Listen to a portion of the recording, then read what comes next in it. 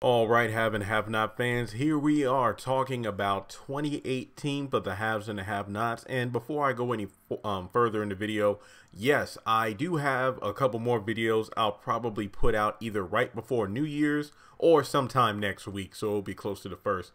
Those two videos, let me look at my list here. I have a video coming out about, what are my goals for 2019, in regards to the channel, expansion, things of that nature. And also another video where I just reflect back on 2018, the channel growth, things that have happened over the past year, things of that nature. So that will be more of a personal video, those two, as opposed to this video. This one is more of a top 10 have and have not moments for the entirety of 2018.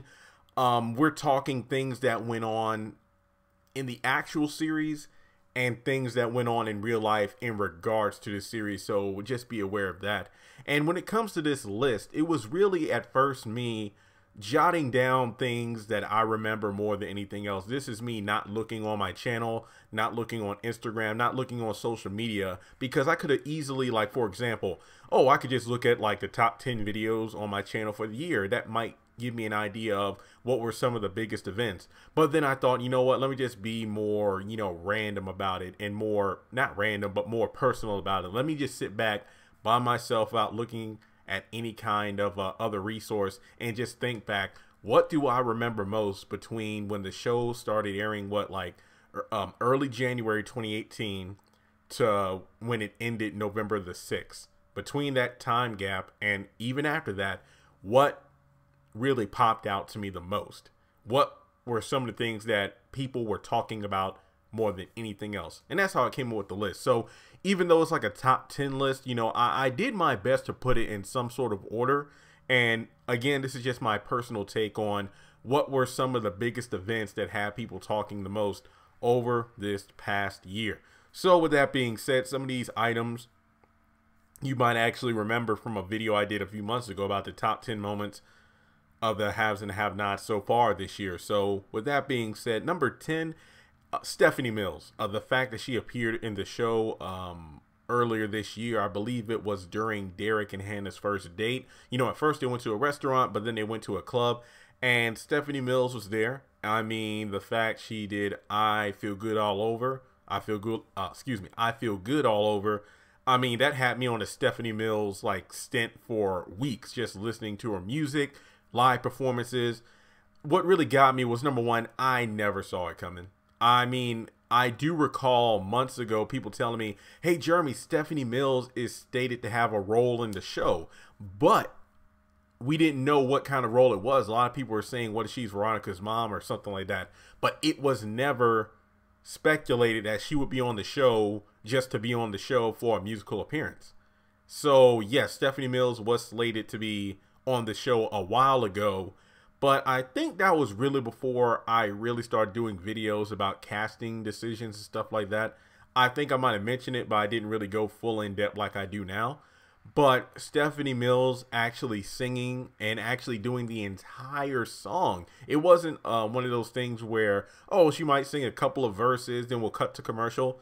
No, she actually did the whole song, proves she still got the pipes. And yeah, Stephanie Mills was awesome. And I really do hope that Tyler Perry does more of those kind of moments in future episodes where we have a old school singer or a musical act come up there, do a song that's appropriate to the actual scene and the characters involved, and move from there. So that was my number 10.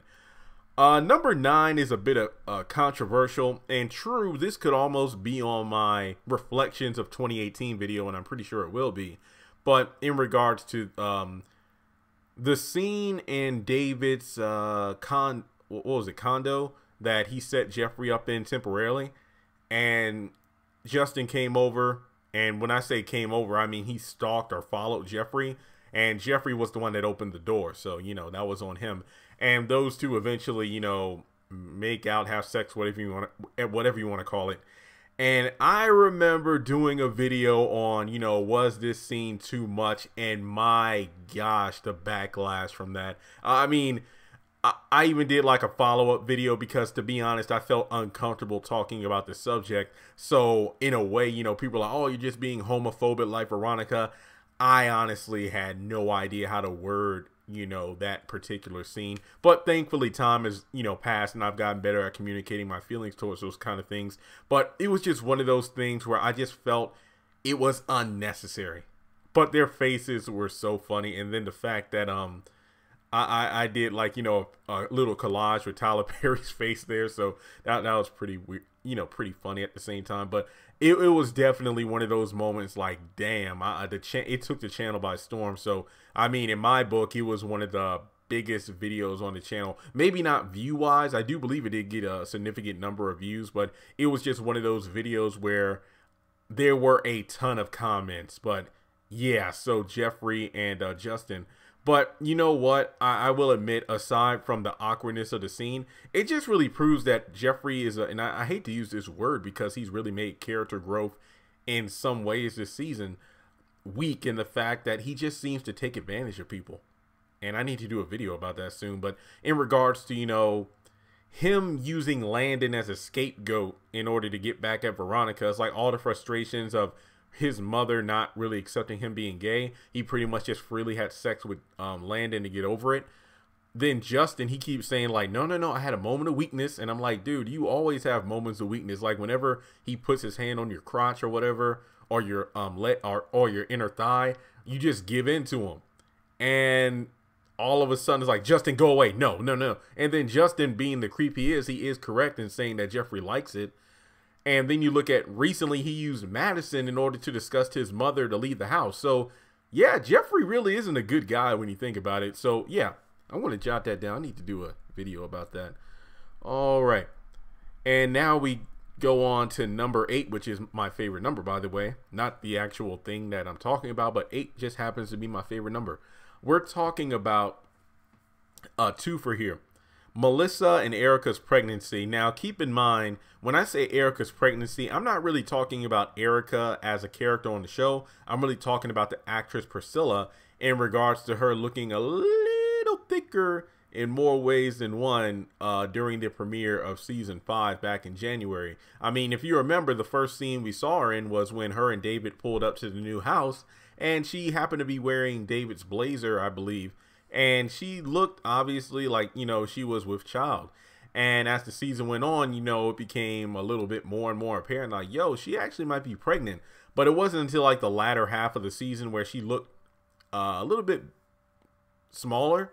And then in real life, you know, Priscilla actually got on social media after she was killed off to explain that, no, at the time, you know, number one, these episodes are filmed like a year in advance. Number two, if I had a child, I would definitely be, you know, you would know I would have a child via social media by now. But it was just like, you know, like a workout regimen diet thing she was doing. And it was all about intake of carbs and getting bulkier. But that really wasn't for me in terms of my body type.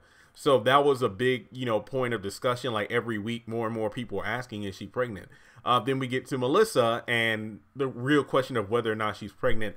But the fact that, you know, she was killed off kind of like eliminates any kind of speculation, because does it really matter at this point? She's dead. But yeah, I mean, it was confirmed. I mean, you know what? Actually, you can say that it wasn't confirmed, so to speak, because of the fact that after the car wreck, the doctor said, well, I heard you were pregnant. Would you like to check on the baby? Nope. And she didn't want to do it. She just mentioned she was a couple months along, 2.5 months. And then when the paramedic, you know, came to her aid after she jumped off the roof, it wasn't confirmed she was pregnant. But Veronica was like, wait, can you say the baby? How long has she been pregnant? About 2.5 months.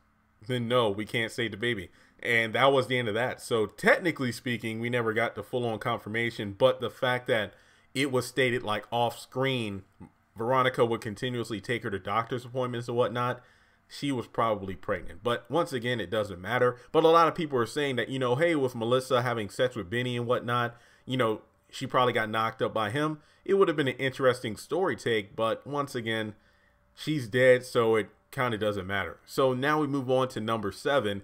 And yes, I would say that at least 2 of my videos this year have gotten over 100,000 views because of the who was the father of Candace, who was the man with the lion tattoo, who was the man that raped Hannah.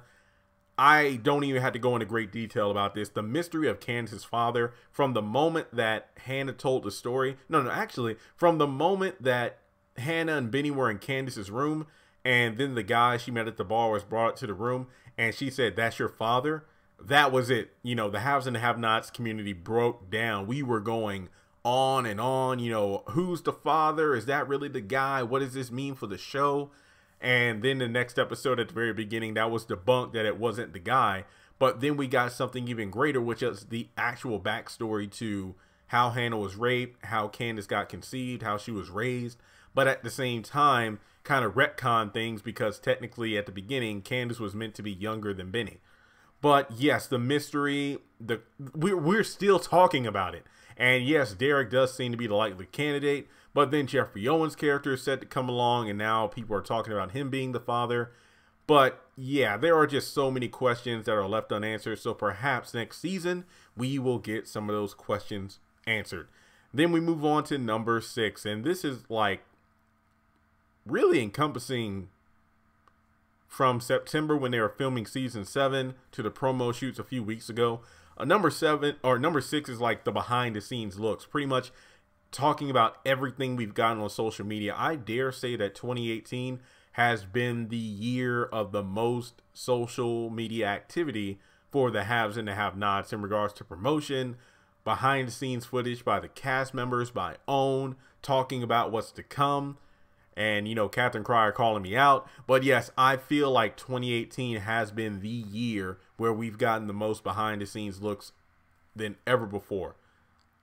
Which is good and bad, because I feel like we know a lot more than we should about upcoming seasons. But, you know, from the filming of season 7, from, you know, potential cast members leaving. I remember, and this should have been its own number, but I think behind the scenes looks covers it all. When, Tinka and Crystal posted a few photos together, and based off the caption alone, it seemed like, oh my God, are Hannah and Candace going to get along on the show? Is one of them going to die off? Are they both leaving? That actually was a topic of conversation for at least a week or two, until, you know, they actually confirmed. It's like, no. It's just that, you know, some of the cast have finished filming, so they're going to leave Atlanta to go about other projects, because at the time, Tinka Sumter was like doing a lot, you know, aside from Nobody's Fool, which came out, you know, a little bit later after the shooting for the season. What was it, like The Old Man in the Coat? Look, I forgot the name of the movie, but she was in that movie and she had to promote it, so she was busy. But yeah, that really got us going. And not to mention the promo shoots and whatnot, which make for very good things. Like, for example, the intro to my videos now, the cover photo on the channel, as well as my Facebook pages and Instagram and Twitter. But yeah, I hope we get a lot more stuff in the future like that. That's pretty good. It really makes it feel more like we're getting a fly on the wall perspective of what goes down behind the scene. Yeah, behind the scenes. But in any case, next we move on to number 5. All right, and for number 5 here, we have Who Will Die? And I mean, this was another big event towards the middle of the actual season in regards to Tyler Perry actually giving us 3 or 4 deaths. And that was a pretty big thing to do. I mean, this was really during the part of 2018 when both Tyler Perry and OWN were revealing more of the what's going to happen kind of scenarios than ever before. I mean, he was even posting things the night of the episode in order to build suspense. And I remember that night, and I'm glad I did this. It was pretty much like a gut instinct. I did a video. Erica and Melissa died tonight. And in the same episode, you know, she jumps off the roof and then the car blows up. And we didn't have any confirmation as to the deaths, but it was just one of those things where common sense kicked in, and it's like, yo, she jumped off a roof. And Erica is like, she cranked up the car, and then she was literally right there as it blew up while David was thrown back.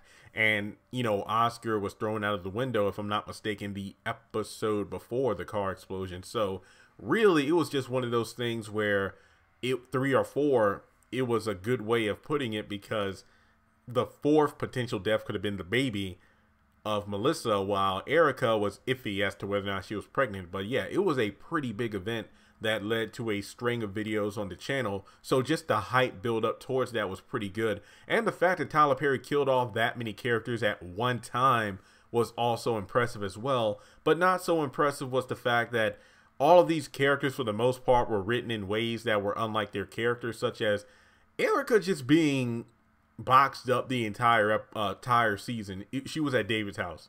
The only time we saw her not at that location was when she went to the Artesian Hotel to give Gia some clothing and then ran into Candace, and that was it. Other than that, she was just either in the house or in the front of the house. That was pretty much it. When it comes to Melissa, you know, she was pretty much completely different after the car accident, and that was pretty much my favorite version of her, where she wasn't a victim. But at the same time, you know, there was only so much you could do with her character, because even if she eventually did leave Hannah's home to move on to go somewhere else, Veronica would just, you know, pretty much stalk her like Justin does with Jeffrey. So the only way for her to be free would be to kill herself. And after that, you know, we have Oscar, and I've already done a ton of videos how I hated how he was written to be this season, especially after agreeing to go up to Candace's room, and then he eventually died. So that was just him not being the calm, cool, and collected Oscar we're used to seeing. But overall, still a great way to build hype for the show by getting rid of a lot of characters. But, you know, I think that was kind of downplayed, because as soon as those three died, it seemed like three other characters just took their place out of nowhere, like Gia being the new Erica, so to speak. And Oscar, you know, well, I don't know who would be the new Oscar. But then you have Melissa, and we do know that Veronica is working on another girl in the future called Laura, and that won't happen until season 7. But yeah, it's just pretty weird how that turned out. But here we get to, well, technically, in a way, you can almost think of Oscar being the intel guy, and then all the Malones we keep being introduced to give us more and more intel about the family. So in a way, Landon, if you think about it, could be the new Oscar, you know, being somebody that has all these connections and knows a lot. So yeah, whatever. Landon and his team working for Charles. Then we get to number 4, David's breaking point. I had to pimp slap that bitch. Literally, again, that was one of my favorite videos to work on this year, about was David right for hitting Veronica, or was he wrong? That was a video I stayed up all night working on. It was my first time using clips from various other sources of media. It was just one of those things where we, for the most part, a lot of fans were like, it's about time. But then thinking about it, was he right to do that? Because he was obviously coming over to her house in a rage over the whole condo being destroyed, but it was really Justin.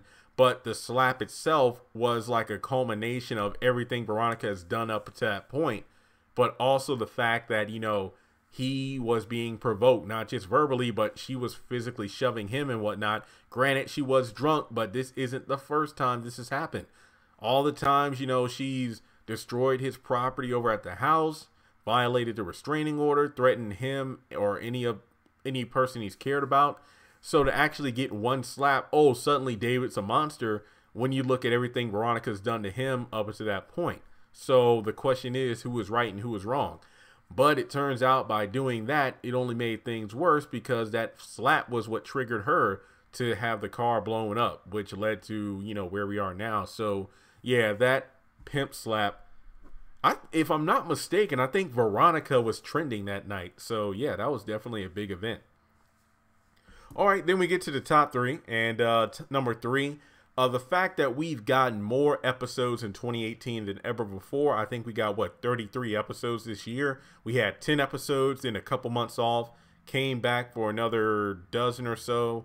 We had a few episodes, then we took a brief break in August, if I'm not mistaken, and then we came back to round things out until November the 6th. So yeah, this year we got more episodes than ever before.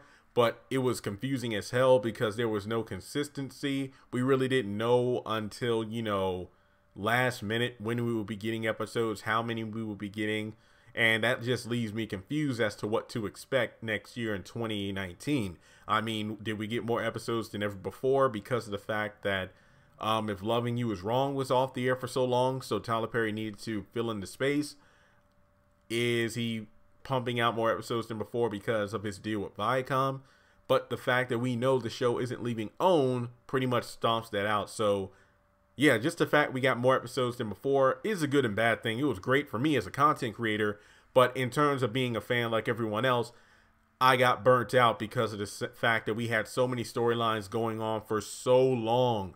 Candace and the money, Wyatt just being a dumbass and getting high, Benny just making, he was obviously the dumbest character this season, just more and more bad decisions, sleeping with anyone or anything, and Charles just pining after Candace. It just got weird. So yeah, number 3 was definitely the good but the bad of having more episodes than ever before. Then we get to the top 2 slots, and not to spoil it, but these two are definitely the fact that the haves and the have-nots, in my opinion, had reached more people than ever before, and that's just my opinion with that. So I guess you could say number 2 is definitely Jeffrey Owens. The fact that he was being job shamed for working at Trader Joe's, if I'm not mistaken, but then Tyler Perry was quick to tweet out, you know, a tweet to him saying that, hey, we're going to be filming the #1 drama series on OWN. Come on down to Atlanta and we'll, you know, I got a spot for you. And then that kind of blew up. And then, you know, people wondering, and I feel like that really got people wondering, what series is he talking about? Because remember, OWN isn't in every cable package. So I feel that even though the haves and the have-nots is known, it isn't as well known as a show like Hit the Floor or any other kind of series that's on BET, for example, like a network that a lot of people have. And then I'm also going to throw in number 1, which is the fact that we have the cast at the Aretha Franklin funeral a few months ago. If I'm not mistaken, it was in August. I think it was in August. And just the fact that that was a huge televised event. Tyler Perry got to do a eulogy.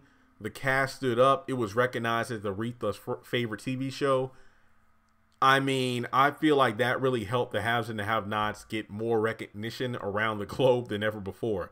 So I feel like a combination of number 2 and number 1 is the Jeffrey Owens appearing in season 7, which led to a lot of speculation as to what his role will be, and then the Aretha Franklin funeral. So I'm also going to plug in the middle, like kind of like a, you know, in between 1 and 2 would be like 1.5, I guess. The fact that the show is on Hulu, the fact that Tyler Perry has put most of his shows on Hulu, the entirety of the series, If Loving You Is Wrong, Have and Have Nots, The Pains, For Better or Worse, Love Thy Neighbor. So you could check those shows out. And I feel like that was a smart move because with more people than ever before knowing about the haves and the have-nots due to the Aretha Franklin funeral, then maybe they'll be like, okay, let me check this show out. Oh, it's on Hulu. And then maybe they'll be able to get OWN and watch the show from there. So with that being said, those are my top 10 have and have not moments of 2018.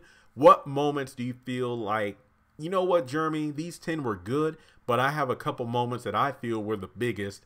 And just leave them in the comment section below. Obviously, it was 10 moments. So obviously, there are things that I didn't put on the list that probably should have been on there. But like I said, I wanted to talk about the 10 things that I felt really resonated the most within the fan base. So with that being said, thanks so much for tuning in. And don't worry, I will have my reflections video talking about, you know, 2018 as a whole for myself with this channel and the haves and the have-nots, as well as what's to come in 2019.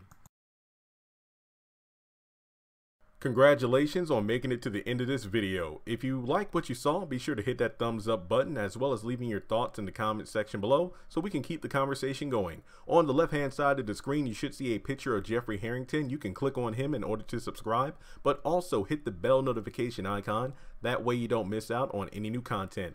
Also, you should see some videos appearing on the screen as well that I'm pretty sure you'll enjoy if you enjoyed the one you just saw. But also, be sure to follow me on social media such as Facebook, Instagram, and Twitter. Links to all my social media will be in the description below. And in order to help this channel hit 100,000 subscribers, I'm going to need your help. So make sure to share this video as well as the channel around with all of your friends on your own social media.